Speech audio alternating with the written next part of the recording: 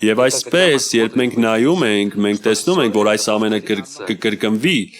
Իսրայելի որդիների մեջ 70-րդ յոթնյակի վերջի կեսին Հայտնություն 11-ում ասվում է,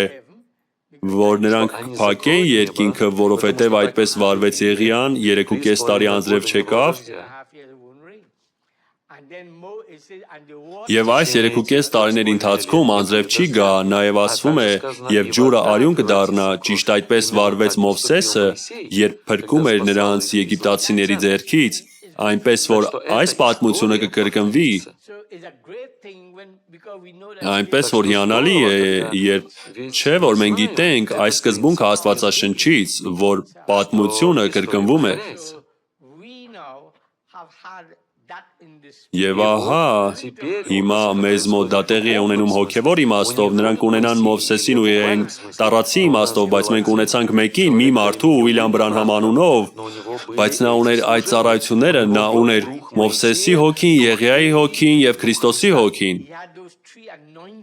Նա ուներ այս երեք օծությունները։ Դուք կգտնեք դա Հիսուս Քրիստոսի հայտնությունը քարոզի մեջ, որը նա ասել է 1960 թվականի դեկտեմբերին։ Եվ քույրը այնտեղ կանգնեց, մարգարեն հղում էր անում նրան, Աննա Շրեյդերը Շրիֆպորտի հավաքույթում։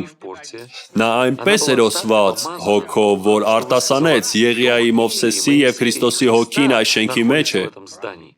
Եվ այնտեղ էր մարգարեն, նա ուներ Եղիայի հոգին, Մովսեսի հոգին եւ Քրիստոսի հոգին, որտեղ նա ուներ նաեւ մարդու որդու ծառայությունը, այսինքն Հիսուս Քրիստոսի ծառայությունը, նա ուներ Մեսիայի նշանը։